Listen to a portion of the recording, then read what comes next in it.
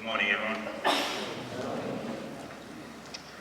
And happy Sabbath to you all. I've been asked to take this opportunity to share my story. And to be honest, I'm very nervous at the moment. I'm so nervous I can't even feel my knees. So please just bear with me as I share with you what the Lord has done in my life. 24 years ago, I had the privilege of coming to Australia. As you may know, I have a bit of an accent. I'm a Tongan. Any of you know where Tonga is? Don't worry, it's not important. And my purpose of coming here to Australia was I was a part of a youth team coming for a congress in Canberra. And this was 1988. Barry, were you still the youth director at the time? Yeah, because I got a question for you. We were told when we come here to Australia, our passports has to be handed over to our youth director, which our youth director will hand over our passport to the youth director for the division. So, because we have a reputation of us islanders coming to New Zealand or Australia or America and nobody goes back home. So it was basically for safekeeping. That was my opportunity to come to Australia. So, Barry, where's my passport? That's okay, I went out and made me a new one. So this was in 1988. I came over. I grew up in Tonga. My parents were Adventist. My father has been a school principal for the church or for the government before he became an Adventist. And something happened at home. My father and my mother separated and they finally divorced. My father migrated to Australia. Then there was a plan for me to come to Australia. And that's how I got here in the first place. But I knew back at home when I arrived in Australia, it's only a one-way ticket. I'm not going back home. When I came here, I was so overwhelmed with the lifestyle. Because some of the things we do in Tonga, we always dream of being famous, dream of being powerful, and there's only one way to be famous and powerful is to have money.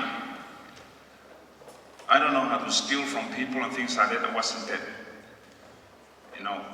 gutsy to do this kind of stuff.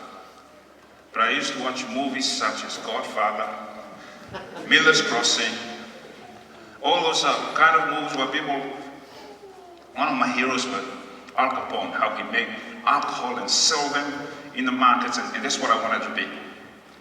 I wanted to be a Tongan Al Capone. Just make money selling drugs and things like that, make a living out of it. So Australia was the land for me where the milk and honey is. And I tell you what, I did find my milk and honey. I find it in a town in Sydney called King's Cross. And that's where my life was for almost 15 years. Between that period, I found my wife. We started our own little family thing, and we had a daughter. But the worst thing was for me is the fact that once I had all these things, I had all the friends, I had all the power that I was looking for, I ended up getting hooked on the drugs that I was selling at the time. So I was pretty much, I'd say, cocaine wasn't very attractive to me. Heroin was my drug of choice. So I became a heroin addict for almost 10 years. I used up to, say, $2,000 to $3,000 a day. That was my habit. You might ask, how the hell did I get the money? If you really want to know, for a small fee, I can explain to you. Because you can make money.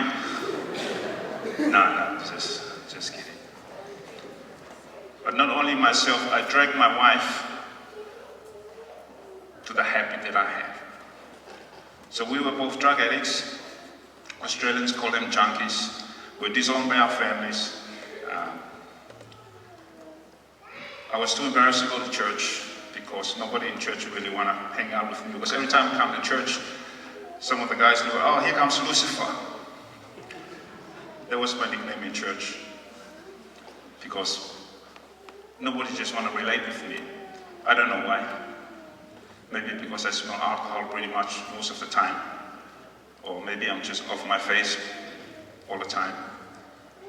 But that's what was my life. I moved out from the city, turned down Sydney, and I moved around the area of Bankstown, Lakemba, Punchbowl, and that's where I feel like I belong. So we stayed there pretty much most of my life. But I was always having this struggling in my head. I wanted to be a minister. Can you believe it? I wanted to be a minister, and here I am selling drugs or living. But that was my parents' dream when I was growing up at home, and they always reminded me, Sau, you have been called by God. The reason why you were born was I was the eldest of 4 children.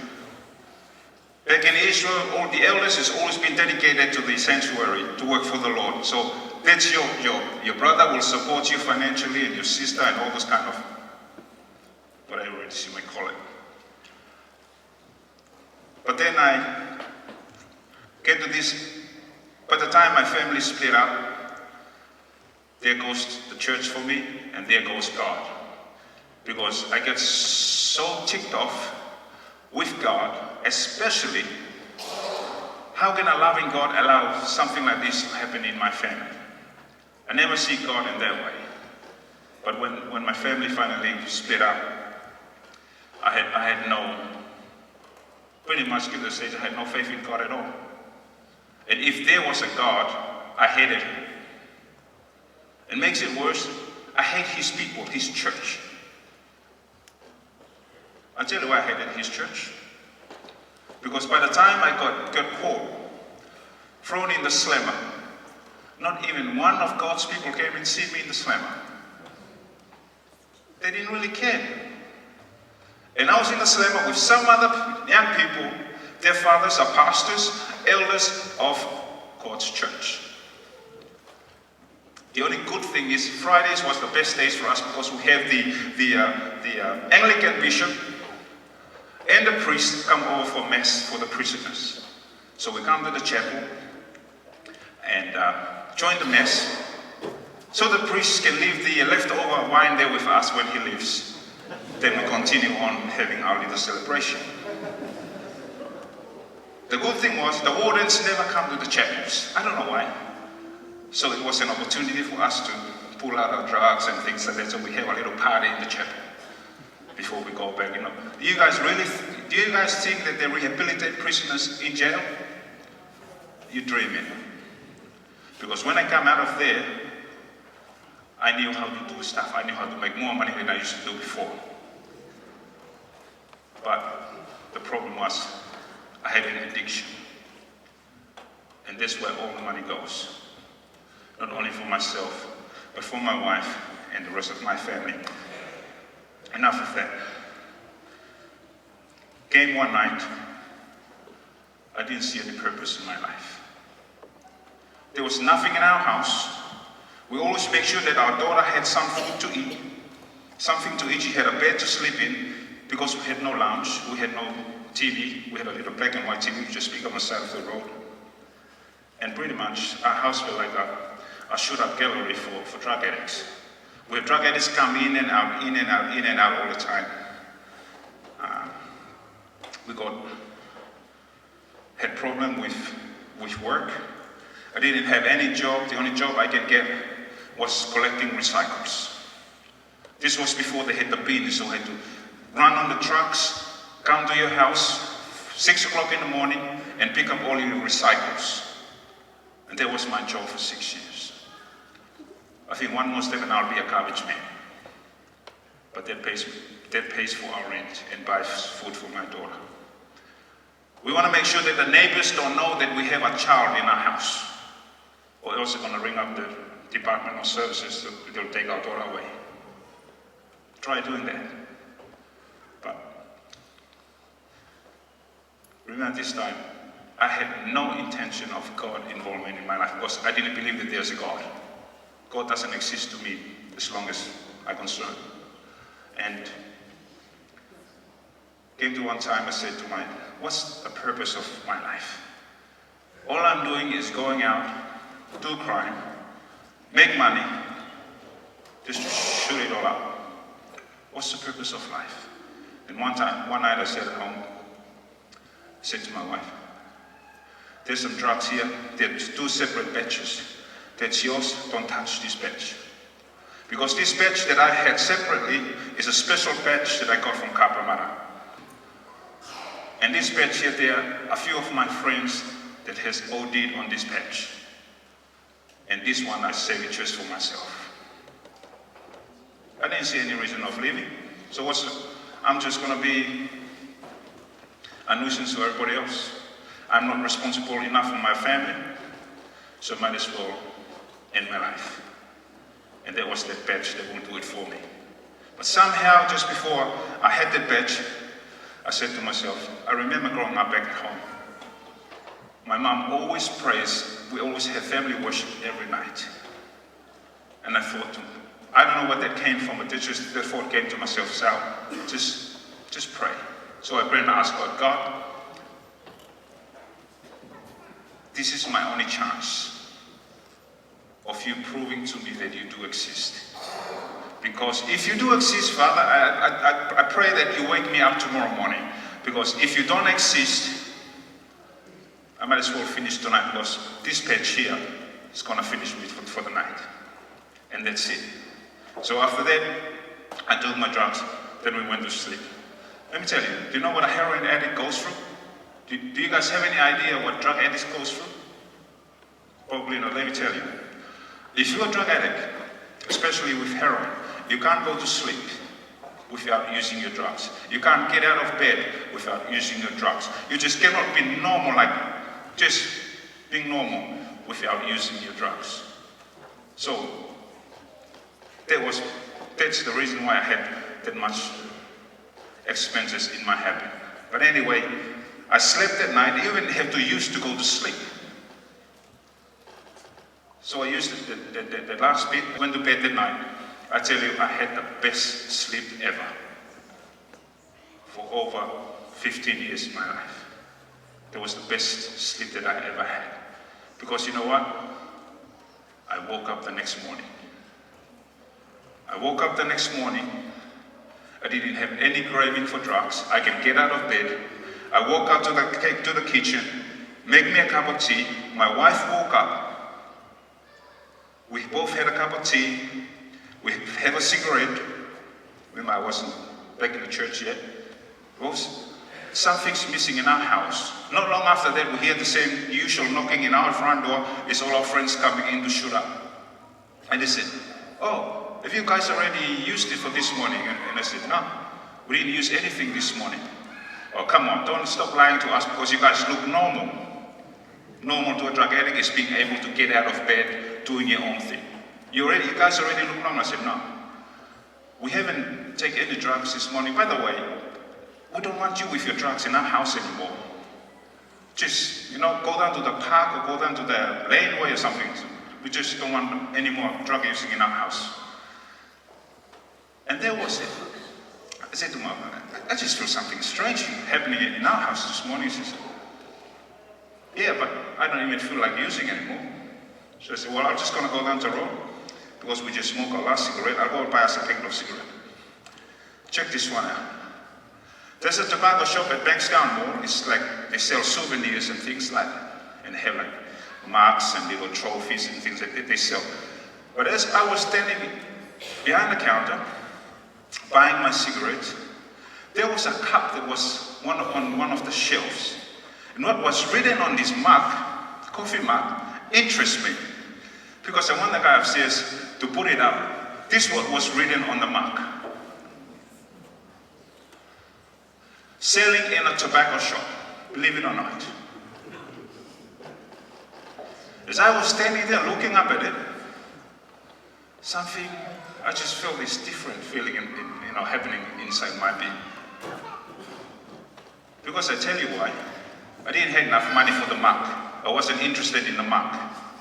But it just says to me, I went back there the next day, the mark was gone. It just happens that something on this particular morning says, for I know the plans I have for you. Remember, I prayed that night. I said, Lord, if you do exist, take this addiction off me. You guys know very well that there is no cure for heroin addiction. Unless you go into therapy for months and hope that there is no relapse for you to go back to it. This happens to me in September 1999. And since from that day up to now, I have never had any relapse, any withdrawals, or any ego to go back. Thank you, Jesus. Thank you, God.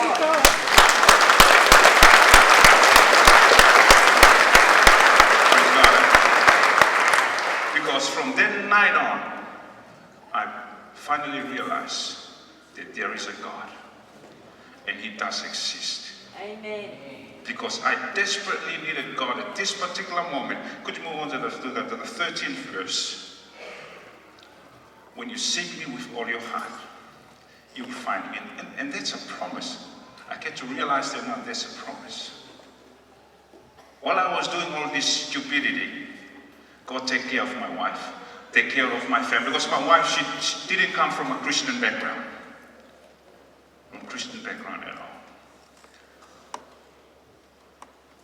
But let me just rewind you back a little bit. During all this time, I had a 1-month visa to stay here in Australia. Remember that I only came for this camp that Barry and his team ran at Canberra. 1 month only. I stayed here, I only went back to Tonga in 2003. Stayed here legally for 16 years. By the time I went back to Tonga, I already had myself a driver's license, I got myself a passport, I got a Medicare, I was just living like any Australian. I got all these things. But then I have the impression that God wants me to come and start to get into the ministry. But I say, God, I want to get into the ministry, but don't take me to Avondale. I'll go to any college, one condition, no Avondale. Somehow, lo and behold, here I am. God sent me here. I put in application to the Catholic Seminary in Strathfield. It's local, where I stay, to Hillsong. I tell you, there's so much things that God has done in my life just to prove to me that He loves me and He does exist and He means business. God means business, and that's what I thank God for. Because look what God has done. That's my wife, Donnell, my daughter here. Just stand up, please.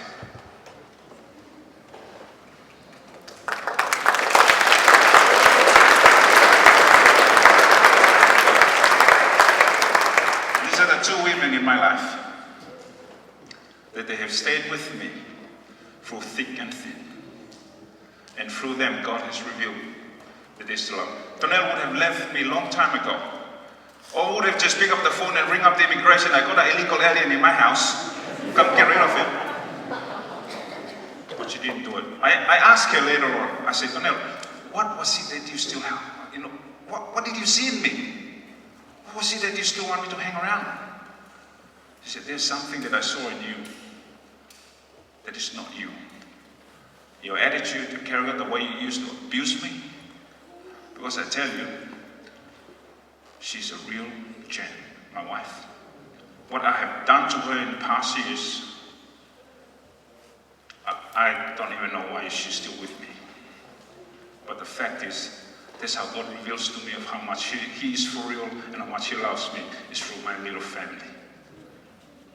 If that's not grace, I don't know what it is.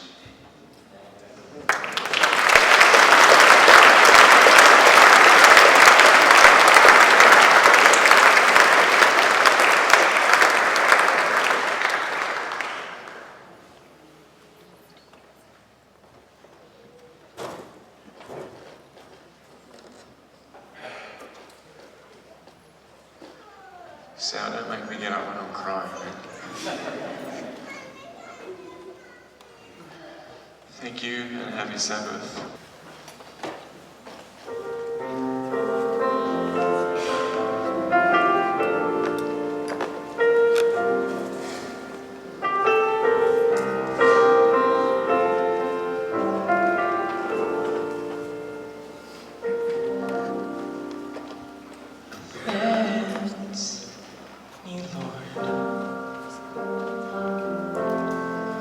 All my silly, sad charades, how I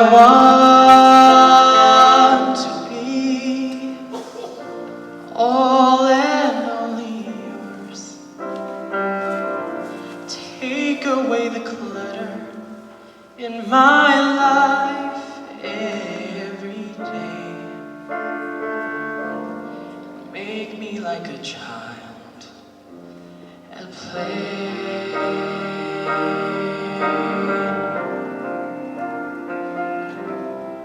Give me joy. I love to laugh and cry with you. You've become a friend with me all the time. Help me to be patient as I watch and as I pray, growing in your love each day. Show me the way, 'cause when the time comes, I want him to know me. When the time comes, I want to be there. When the time comes, I want to be ready. When Jesus comes to take me home.